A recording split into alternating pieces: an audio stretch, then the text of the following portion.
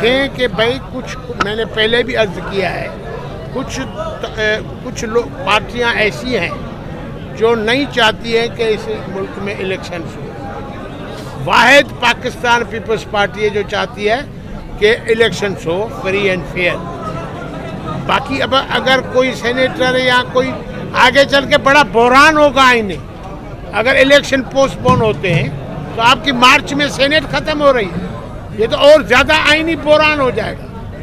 और ये supreme court का फैसला है, ये तो मैं चीफ जस्टिस काजी फायदी साहब को सलाम पेश करता हूँ जो अपना स्टैंड लेके बैठा हुआ है। और मैं कहता हूँ कि इस्टेब्लिशमेंट को भी मैं सलाम पेश करता हूँ कि वो भी अपने मौक़िफ़ पे कायम है।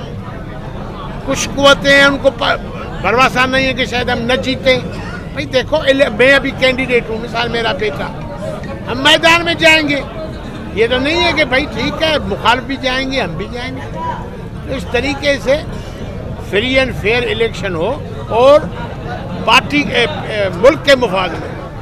बाकी ये है कि अगर कोई मुतालबा करता है, कोई सर्दी का बहाना बनाता है, कोई गर्मी का बहाना बनाता है, कोई कहता है, हम तो कहते हैं सर्दी हो गर्मी हो, फिर आगे चाहेंगे रमज़ान शरीफ आ गया, फिर आगे कहेंगे कि भाई अभी गर्मी हो गई है, अभी बारिशें हो गई है, फिर तो ये 1 साल पूरी इलेक्शन से गई, फिर तो गई, फिर तो ये केयर टेकर बैठे रहेंगे।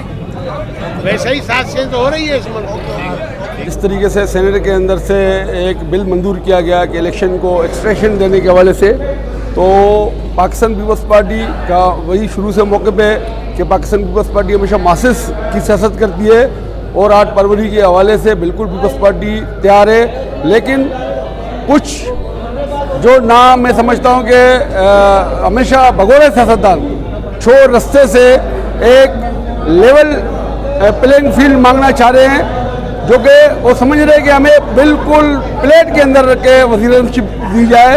वो इलेक्शन से राय फरार इख्तियार कर रहे हैं। हमारे चेयरमैन बिलावल भुट्टो साहब का बिल्कुल वाज़ेह पॉलिसी है पाकिस्तान पीपल्स पार्टी की कि 8 फरवरी को इलेक्शन होने चाहिए। जो रेजुलेशन सेनेट से लेके आए ये बिल्कुल मैं समझता हूँ वायलेशन है इलेक्शन कमीशन की। जो इदारा